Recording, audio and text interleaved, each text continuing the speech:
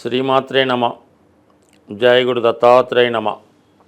ఈ వీడియోలో మనం 2025 సంవత్సరం మే నెల మాస ఫలితాలు మేషరాశి వారికి ఏ విధంగా ఉండబోతున్నాయి అని పరిశీలించినప్పుడు మరి ఈ నెల ప్రారంభంలో ఇంచుమించుగా మే 15 వరకు సూర్యభగవానుడు రాశి అందే సంచారం అది ఉచ్చస్థితి వల్ల ఈ రాశి వారికి ఒక విధమైనటువంటి కాన్ఫిడెన్స్తో విజయోత్సవంతో ఏ పనైనా ధైర్యంగా చేయగలననే సాహసంతో ముందుకు వెళ్ళడం జరుగుతుంటుంది. ముఖ్యంగా మీ యొక్క సంతానానికి కానీ మీరు చిన్నవారై ఉంటే మీ తండ్రి గారికి కానీ ఒక ఉన్నత పదవి లాంటిది లభించే అవకాశం ఉంది.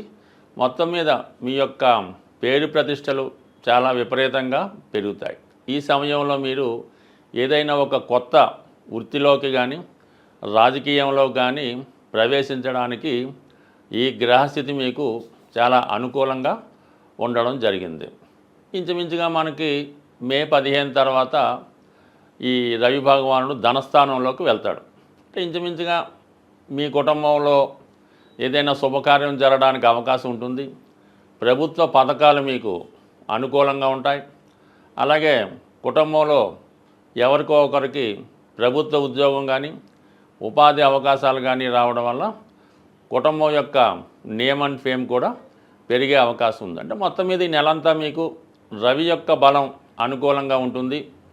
రవి బలంగా ఉంటే జాతకం మొత్తం బలంగా ఉంటుంది కాబట్టి మీరు ధైర్యంగా ఈ నెలంతా కూడా ఎటువంటి సాహస కార్యక్రమం అయినా ఏదైనా వ్యాపారం లాంటిదైనా బ్రహ్మాండంగా స్టార్ట్ చేసుకోవచ్చు.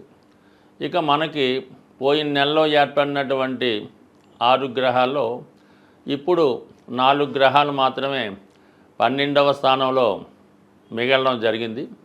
అందులో ముఖ్యంగా శుక్ర భగవానుడు ధన సప్తమాధిపతిగా వ్యయస్థాన సంచారంలో ఉన్నటువంటి శుక్రుడు మరి ఉచ్చులో ఉండడం వలన మీరు మీ కుటుంబంలో వారి యొక్క అవసరాల కొరకు వారి యొక్క చదువు విదేశ వ్యవహారాలు వివాహం వగైరా వాటి కొరకు కానీ అలాగే మీ శ్రీమతి గారికి లేదంటే మీ కుటుంబంలో ఉన్నటువంటి స్త్రీలకి త్వరలో జరగబోయే శుభకార్యం నిమిత్తమైనా ఏదైనా పండగ గురించైనా విలువైన ఆభరణాలు అలాగే పట్టు వస్త్రాలు లాంటివి కొనడం జరుగుతూ ఉంటుంది.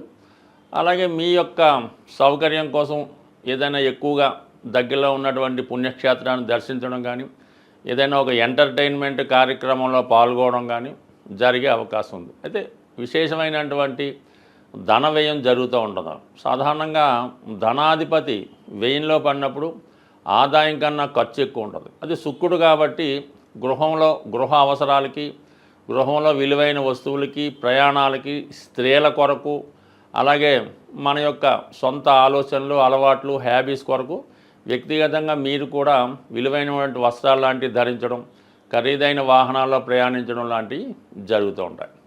ఇక మనకి ఎలాగా గురువు ఇంచుమించుగా మనం మే నెలలో ఎంటర్ అయ్యాం కాబట్టి మే 15వ తారీఖు మాత్రమే ధనస్థానంలో గురుగ్రహ సంచారం జరుగుతూ ఉంటుంది.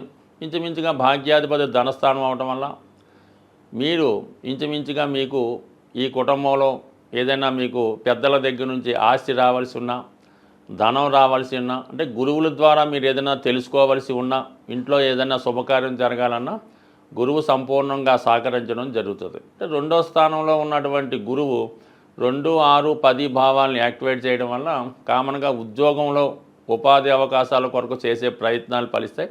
అదే చిన్న చిన్న సమస్యలు వృత్తి వ్యవహారాల్లో ఉన్నా అవి సరిదిద్దుకునే ప్రయత్నం జరుగుతుంది. అయితే మే 15 తర్వాత ఏమవుతుందంటే గురువు 3వ స్థానానికి మారడం వల్ల మంచి వారితో పరిచయం ఏర్పడుతుంది. మీరు కూడా మంచి సలహాలు ఇవ్వడం జరుగుతుంటుంది. 3వ స్థానంలో ఉన్నటువంటి గురువు ఈ రాశి యందు ఉన్నటువంటి ఉపాధ్యాయులకి న్యాయవాదులకి ప్రభుత్వ ఉద్యోగులకి చాలా వరకు ప్రమోషన్ లాంటిది రావడం వారి యొక్క ఆదాయం పెరగడం జరుగుతూ ఉంటుంది. అంటే 3, 7, 11 అన్నది కామత్రికోణం కాబట్టి ముఖ్యంగా వివాహం కొంతకాలంగా ఇప్పుడు చేస్తున్నటువంటి ప్రయత్నాలు ఫలించకుండా వివాహం వాయిదా పడుతుంటే మీరు మే 15 తర్వాత మళ్ళా కొత్తగా ఫ్రెష్గా వివాహ ప్రయత్నాలు ప్రారంభించడం వల్ల వివాహ ప్రయత్నాలు సఫలీకృతం అవుతాయి. అలాగే 11వ స్థానంలో గురువు రావడం వలన పిల్లల యొక్క అభివృద్ధి మీకు ఆనందదాయకంగా ఉంటుంది. దూరంలో ఉన్నటువంటి మీ సంతానం మీకు ఆర్థిక పరంగాను వేరే విధంగాను అన్ని విధాల సహాయ సహకారాలు అందించే అవకాశాలు కూడా గురుగ్రహ అనుగ్రహంతో రావడం జరుగుతుంటుంది. ఇంకా యాజిటీస్గా మీకు 12వ స్థానంలో ఏలినాడు శని ఇప్పుడే ప్రారంభమైంది కాబట్టి నెమ్మదిగా అది మీకు ఆర్థిక పరిస్థితి మీద ప్రభావం చూపుతూ ఉంటుంది. ఇదే మీకు సరైనటువంటి సమయం. మీరు ఏదైనా ఒక గృహ నిర్మాణం చేపట్టాలన్నా, ఒక గృహం కొనుక్కోవాలన్నా 100% మరీ ఆలస్యం చేయకుండా గురువు ధనస్థానంలో ఉండగానే మీ యొక్క ప్రయత్నం చేస్తే ఈ నెలలోనే మీరు గృహప్రవేశం చేయడం, కొత్త గృహం కొనుక్కోవడానికి అవకాశాలు ఏర్పడడం జరుగుతూ ఉంటుంది. బట్ ఏదైనా ఈ సంవత్సరంలో మీరు కంపల్సరీగా మీ యొక్క ధనం అంతా ఖర్చు అయిపోయి అలాగే అప్పు కూడా చేయవలసి ఉంటుంది. కాబట్టి అదేదో ఇంటి స్థలమో ఇల్లు కొనుక్కుంటే అది మీకు స్థిరాస్తిగా మిగిలే అవకాశం ఉంటుంది. కాబట్టి చాలా వరకు చాలామంది ఈ సమయంలోనే గృహ నిర్మాణం చేయడం, పెళ్ళిళ్ళు చేయడం, పిల్లల్ని విదేశాలకు పంపించడం జరుగుతూ ఉంటుంది. ఏదైనా ఒక ఇన్వెస్ట్మెంట్తో కూడుకున్న చేసుకుంటేనే మీకు చాలా వరకు మంచి కలిగే అవకాశం ఉంది. మొత్తం మీద మేషరాశి వారికి ఈ నెలలో చాలా వరకు మంచి ఫలితాలు ఉంటాయి. అయితే ఖర్చుల విషయంలో మన అవసరానికి తగు విధంగానే ఖర్చు పెడితే బాగుంటుంది తప్ప అంతకు మించి అట్టహాసంగా మనీ వేస్ట్ చేయడం వల్ల తర్వాత ఇది బాధపడవలసి ఉంటుంది. గ్రహాలని, జ్యోతిష్ శాస్త్రాన్ని, గోచార ఫలితాలు నమ్ముతున్న వాళ్ళు సాధారణంగా ముఖ్యమైనటువంటి గ్రహాలు మారినప్పుడు వాటి యొక్క ప్రభావాన్ని చూపించడం జరుగుతూ ఉంటుంది. అందువలన ఏదైనా గ్రహం మారినప్పుడు ఆ గ్రహానికి సంబంధించినటువంటి పరిహారం చేసుకుంటే అది మనకి అనుకూలంగా మారడం జరుగుతూ ఉంటుంది. ఇప్పుడు ముఖ్యంగా 18 నెలలకి ఒకసారి మారే రాహుకేతువులు ఈ నెలలో మారడం జరిగింది. అయితే ఈ రాహుకేతువులే కర్మని నిర్దేశిస్తుంటాయి. అంటే గత జన్మలో మనం చేసినటువంటి పాపపుణ్యాలని ఈ జన్మలో అనుభవించే విధంగా ఇవి చేయడం జరుగుతూ ఉంటుంది. వీటినే కార్మిక్ కంట్రోల్ ప్లానెట్స్ అనడం జరిగింది. మరి ఈ రాహుకేతు మారినప్పుడల్లా ఏదో ఒకటి ప్రతివాడి జీవితంలో మంచి కానీ చెడు కానీ జరుగుతూ ఉంటుంది. అది జరగాలనుకునేప్పుడు మనం కామన్గా ఈ గ్రహాలకి పరిహారం చేసుకుంటే అవి మనకి కొంత తీవ్రత తగ్గి మంచి ఫలితాలు ఇవ్వడం జరుగుతూ ఉంటుంది. మరి ఇప్పుడు ముఖ్యంగా ఏ పని జరగాలన్నా, మనం ఏ గ్రహానికి పూజ చేయాలన్నా, ఏ దైవానికి పూజ చేయాలన్నా ముందుగా విఘ్నేశ్వరుణ్ణి పూజ చేయడం జరుగుతూ ఉంటుంది. కేతువు యొక్క ఆది దైవం విఘ్నేశ్వరుడు అవటం వల్ల మరి ఈ నెలలో మీరు కంపల్సరిగా అది సంకష్ట చతుర్థి రోజు కానీ లేదంటే మరి కేతువు సింహరాశిలో ప్రవేశించాడు కాబట్టి ఆదివారం రోజు విఘ్నేశ్వరుడి యొక్క ఆలయంలో వినాయకుడిని విధి విధానంగా గరికతో అర్చించి మన ఎండు ద్రాక్షపళ్ళు అంటే ఎండు ఖర్జూరం కానీ కిస్మిస్ లాంటివి కానీ మరి స్వామికి నైవేద్యంగా పెట్టి అక్కడ ఉన్నటువంటి భక్తులకి పంచిపెట్టడం వల్ల కేతుగ్రహ అనుగ్రహం లభించే అవకాశం ఉంది. కేతుగ్రహ అనుగ్రహం కావాలంటే అంటే పోక చెక్క అని ఉంటుంది, అది కామన్గా ఈ పాన్ సంబంధించిన వాళ్ళు తెలుస్తూ ఉంటుంది. అది ఒకటి పూర్తిగా పోక చెక్క మీ యొక్క వాహనంలో పెట్టుకోవడం వల్ల కానీ మీ యొక్క క్యాష్ బాక్స్లో పెట్టుకుంటే ప్రమాదాలు జరగకుండా అనుకూలంగా ఉంటుంది. కాబట్టి ముందుగా మీరు కంపల్సరీగా ఈ నెల 18వ తారీఖు తర్వాత ముందు చేసుకున్న తప్పులేదు, ఆదివారం రోజు విఘ్నేశ్వరునికి పూజ చేయించుకోవాలి. దాని తర్వాత రాహువు మరి కుంభరాశిలో ప్రవేశిస్తున్నాడు.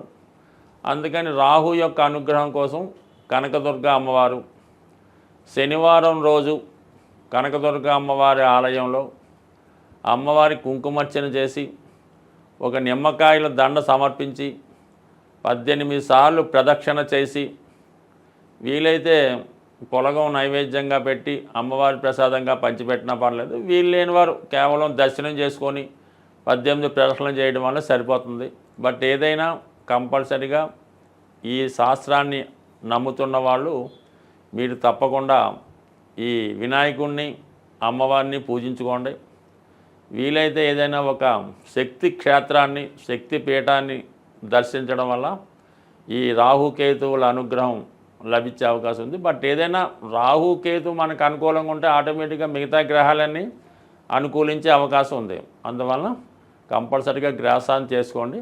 ముఖ్యంగా సింహరాశిలోకి కేతుగ్రహ ప్రవేశం అన్నది చాలా వరకు అధికారులకి పెద్దవారికి కొంత ఇబ్బందులు లాంటివి ఉంటుంటాయి. కాబట్టి నిరంతరం సూర్య నమస్కారం చేసుకొని ఆదిత్య హృదయ పారాయణ చేసుకొని ఆదివారం నియమంగా ఉంటే అటు ఆరోగ్యం ఐశ్వర్యం లభిస్తుంది. అలాగే ఇదే నెలలో గురుగ్రహం కూడా మనకి ఈ మే 15 మారడం జరుగుతుంది. గురువు ఏ భావానికి వచ్చినా ఆ భావ ఫలితాలు మనకి ఇంప్రూవ్ చేయడం జరుగుతుంటుంది. కాబట్టి గురుగ్రహ అనుగ్రహం కోసం అంటే శివుణ్ణి పూజించుకోవచ్చు, దక్షిణామూర్తిని ఆరాధించవచ్చు, దత్తాత్రేయుల వారిని ఆరాధించవచ్చు, లేదా మీ ఇష్ట దైవాన్ని పూజించవచ్చు, లేదా మీ తల్లిదండ్రుల యొక్క ఆశీర్వాదం తీసుకున్నా సరే గురుగ్రహం యొక్క అనుగ్రహం తప్పకుండా లభించే అవకాశం ఉంది. ఏదైనా చాలా కాలంగా తీవ్రమైనటువంటి ఇబ్బందుల్లో పడుతున్నాం, ఏ విధంగా కూడా మనకి దారి లేదు అనుకున్న వాళ్ళు మరి ఈ నెలలో ఒక అద్భుతమైన రెమెడీ ఏంటంటే ఏదైనా మీకు దగ్గరలో ఉన్నటువంటి గోశాలని దర్శించి మీ యొక్క వెయిట్ మీరెంత బరువు ఉన్నారో అంత బరువు ఉన్నటువంటి వెయిట్ చూసుకోండి. మీరు ఒక 80 కేజీలు ఉన్నారనుకోండి, 80 కేజీలు ఎండుగడ్డి కానీ పచ్చగడ్డి కానీ దాని ఖరీదు ఆ గోశాలలో డొనేట్ చేయవలసి ఉంటుంది. అయ్యో అంత శక్తి మనకు లేదు అనుకున్నప్పుడు దాంట్లో 8వ వంతు అంటే మీరు 80 కేజీలు ఉంటే ఒక 10 కేజీలు పచ్చగడ్డి లేదంటే ఎండుగడ్డి ఆ గోశాలలో డొనేషన్ చేయడం వల్ల మీరు పునర్జన్మ కొత్తగా జన్మ ఎత్తి ఎంత బాగుంటుందో అంత ఐశ్వర్యవంతంగా అదృష్టవంతంగా ఉండే అవకాశం ఉంది. ఈ చిన్న ప్రయత్నాన్ని చేసి సక్సెస్ అవ్వాల్సింది. స్వస్తి.